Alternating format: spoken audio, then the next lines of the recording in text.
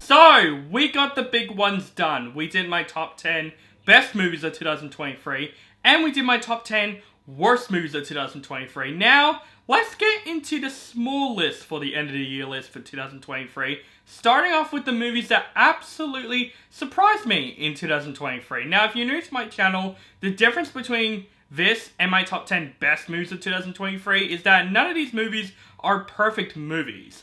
These are just the movies that I was not anticipating for, but they actually turn out better than I was expecting. Either these movies are just fun movies, or movies that are actually just quite good. As long as they are movies that I was just not excited for, or at least I was skeptical for, but it turned out better than I thought it was going to be. Now let's get into the 10 movies that absolutely surprised me in 2023. So we're going to start off with my number 10 with Megan. Now, from the trailers of this movie, I was expecting this to be a generic Chucky ripoff. The trailers make this movie look freaking terrible. It looks like a meaningful movie. It looks like a movie that could be shit. But literally walking out of Megan, I saw this movie twice, and I enjoyed every moment of it. This movie is a very fun horror movie with another iconic doll icon in horror movies. This movie has some really entertaining moments, there are some funny moments surprisingly, and the horror moments I think it really works out for me. And Megan herself, another horror icon right here. She is awesome in this film. I love that they used AI as a horror concept. I thought that's really interesting. Honestly, after this movie, I kind of want to see a Megan versus Chucky movie. Like, make that happen, please. But overall, Megan, surprisingly fun movie, not knowing what to expect, and it turned out actually surprisingly fun. Talking about movies that are surprisingly fun, that I didn't expect it to be good in the first place, that is Saw X.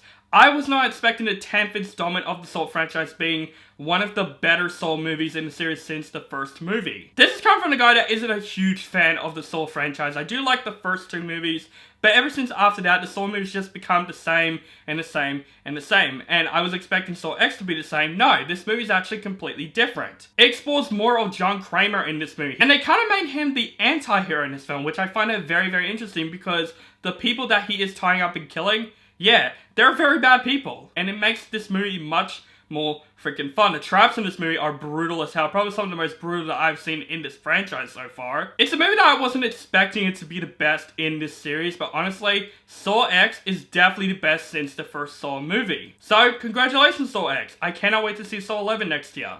Hopefully it's in that same vibe as this movie.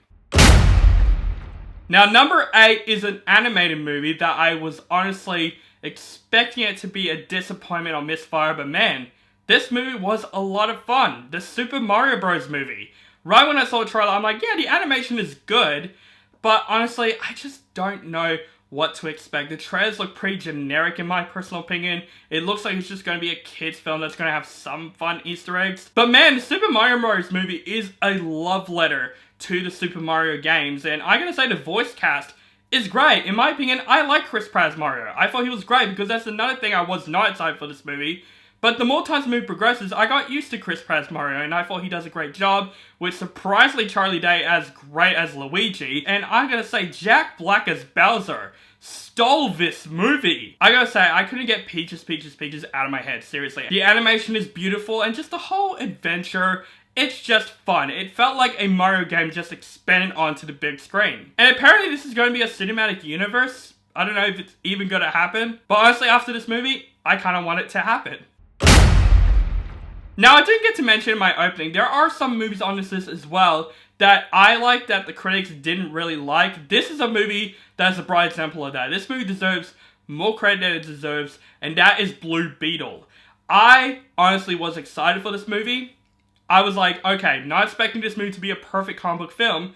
I just want it to be a fun comic book movie, and this movie did exceed my expectations. This movie was just a fun, simple, safe comic book movie that has a great message about family. Joey Wenda is fantastic as Blue Beetle. The action scenes I actually really loved in this film. The villains are of course very generic, but what's really surprising about this film is that people don't give this movie as much credit than it deserves in my personal opinion. A lot of people say this is very generic, this is very cliche, and then I am honestly fine with it because this movie is exactly what it is. It's an entertaining superhero movie that not tries to be like a masterpiece or anything, or try to be Oscar worthy. It's trying to be a fun movie, and this movie definitely stands out on its own in the DC Extended Universe. So yeah, I enjoyed Blue Beetle. What can I say? I wish this movie deserves more credit because I honestly really enjoyed this movie.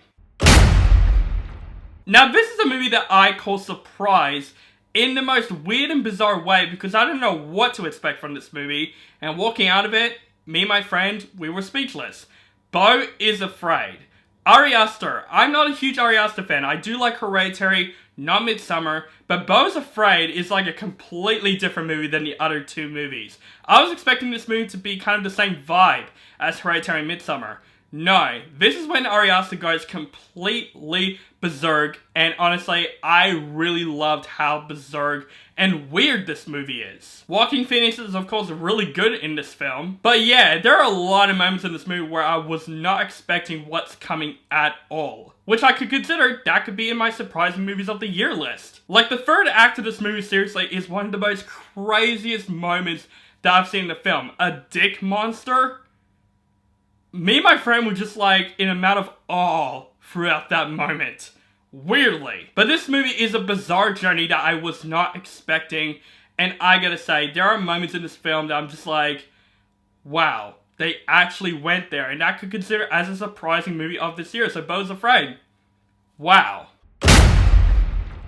Alright, now we're getting into my top 5, the 5 movies that I was not anticipating, but they turned out better than I was expecting. Coming into my number 5, wow. I was not expecting this. Teenage Mutant Ninja Turtles Mutant Mayhem is surprisingly the best Ninja Turtles movie that we have got in my personal opinion. When I heard that Seth Rogen's doing an anime Ninja Turtles movies, honestly, I was just done with Ninja Turtles after the Michael Bay ones. I'm like, really? They're gonna ruin these franchises once again? But to my surprise, the trailers, I'm like, okay, I'll give this movie a chance, and this movie turns out way better than I thought it was gonna be. This is a fun animated film. The voice cast is great, the action scenes are great, but the animation, what surprised me the most about this movie is how beautiful and how creative the animation is in this movie. It goes for a hand-drawn animation, and Seth Rogen himself did say that the reason why the animation looks like that, it's coming from perspective of what kids would draw. That is awesome. And it really works for this Ninja Turtles movie, and what's really surprising about this movie is that they made the Ninja Turtles teenagers. They made them actual teenagers. So they got the whole Teenage Mutant Ninja Turtles subject right. And that is worth to be surprised at. I think Teenage Mutant Ninja Turtles Mutant Mayhem is way better than I thought it was going to be, and this movie is definitely one of the fun animated films that I've seen this year. Now, number 4 is a movie that I don't know what to think. I was like watching the trailers, I'm like, this looks very interesting, but within this franchise, ever since after the second movie, I just got no interest in the Hunger Games movies until the Hunger Games: The Ballad of Songbirds and Snakes came out. And after I watched it, I'm like, damn, this is a surprisingly good Hunger Games prequel. I just think the cast in this movie is great. The guy who played President Snow, I can't think of his name right now, he is fantastic in this film. Rachel Zegler. What a surprise, because a lot of people are still hanging on her because of Snow White. But man, she is so talented in this movie. She can sing really well, she can act in this film very, very well. But what's really surprising about this film is the way they took President Snow's story going, because I haven't read the books, so I don't know what happens in the source material comparing to this movie, and I thought the way they did Snow's story in this film was surprisingly really well done. It did rush itself through the third act, that's why I'm not putting this in my best list. But man, I wasn't knowing what to expect because of Francis Lawrence. After Mockingjays Part 1 and 2, I'm like, I am done with the Hunger Games at the moment. I haven't loved the Hunger Games movie since Catching Fire, and now we got a surprisingly good Hunger Games prequel, which is definitely a movie that I would rewatch, that is for sure. Now this is what I call a wow in 2023. I'm talking about Scream 6.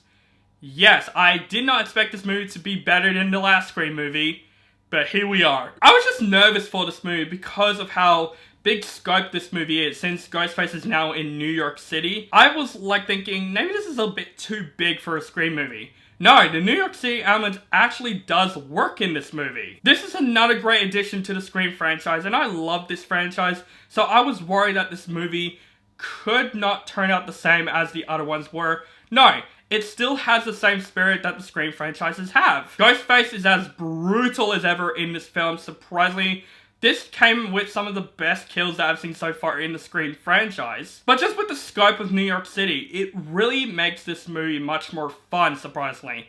Not way too big than I was expecting. So Scream 6, it definitely deserves to be on my surprising list. So far with the general take of Scream movies, they're really surprising, I'm not gonna lie. Now, another movie that I feel like a lot of people were like very mixed on, but I personally enjoyed this movie. After I walked out of this movie, I'm just like, you know what? This is the movie that Disney should celebrate its 100th anniversary to, because I really enjoyed The Little Mermaid. The Little Mermaid, in my personal opinion, is, in my opinion, the way to do a really good Disney live action film. I remember hearing that they're going to do a remake of Little Mermaid. I'm just like, great. Another Disney live action movie. What do we expect from that? And the trailers are incredibly disliked. Especially people talking about Halle Bailey being casted as Ariel because she is black. Man, that is disrespectful. Because Halle Bailey as Ariel is surprisingly one of the best live-action Disney performances that I've ever seen. She is phenomenal in this movie, with her voice, and even her acting was surprisingly pretty solid. Some people didn't like her acting, I liked her acting. But with the rest of the voice cast, like David Diggs as Sebastian, he is great. Melissa McCarthy, surprisingly one of her better roles in a very long time as Ursula. But what's good about this movie is that it kept the magic. They didn't make this movie look bland as shit. It definitely looks Disney, in my personal opinion, with the musical sequences, even some of the new songs I really did like. Yes, Scatterbug, I like that song. Don't kill me. Even there are some things in this movie, surprisingly, that did better than the original. Likewise, Ariel's arc, about her exploring humanity. Not just going out to the world just to meet a prince. She's exploring the world. The whole market scene, her discovering things, is awesome. It's basically like the original film, but it spans more with the story, and I am entirely cool with that. So The Little Mermaid, yes. This is definitely one of the better Disney live-action remakes, probably since The Jungle Book. Alright, my number one, the movie that I was not anticipating for, but turned out better than I was expecting. This movie is definitely a movie that I thought is going to be the worst movie of 2023. I was not expecting this movie to be good. But man, after I watched an advanced screening of it, I'm just like, let's get this movie over with. Let's see how shit this movie is. And I walked out of this movie with the biggest surprise to my face. I really enjoyed Dungeons & Dragons Honor Among Thieves. Surprisingly, like hugely surprisingly. Because this movie did what I was not expecting. It spanned the world of Dungeons & Dragons and made me fall in love with this world. Each one of the characters in the movie, I thought they are fantastic. And I thought they're completely fun in this movie. And this movie is surprisingly hilarious. Really well action-packed. The visual effects for the most part look pretty good. There are some that look a little bit dated, but most of the visual effects look pretty good. But the movie just knows what it is. It's trying to be a fun, light-hearted fantasy adventure film that knows exactly what it is. I blame the marketing for this film that I was not excited, because from the marketing, this is a completely different movie from the marketing of this film. And this movie bombed in the box office? What? Seriously? So I don't know if this is going to continue on as a franchise, but honestly, after this film, I want to see more. I want to see more Chris Pine's character. I want to see more of this Dungeons & Dragons world explored. So Dungeons & Dragons Honor Among Thieves, one of the biggest surprises of 2023. It was a movie that I was not expecting it to be good, but man, after walking out, I had a fun time with this movie. Seriously. So guys, those were my top 10 most surprising movies of 2023. Man, I cannot believe 2024 is coming. And we got one more end of the year list to do. Yes, we have my top 10 most disappointing movies of 2023. So, yep, for the final end of the year list for 2023, look forward to that. So, guys, let me know in the comments below, what movie surprised you in 2023? Let me know down in the comments below. Make sure you guys follow me on social media links down below. Keep contact with me, and make sure you guys subscribe to my channel. Notify for my latest movie reviews and other movie-related content. Thank you guys so much for watching another end of the year list, and have a nice day.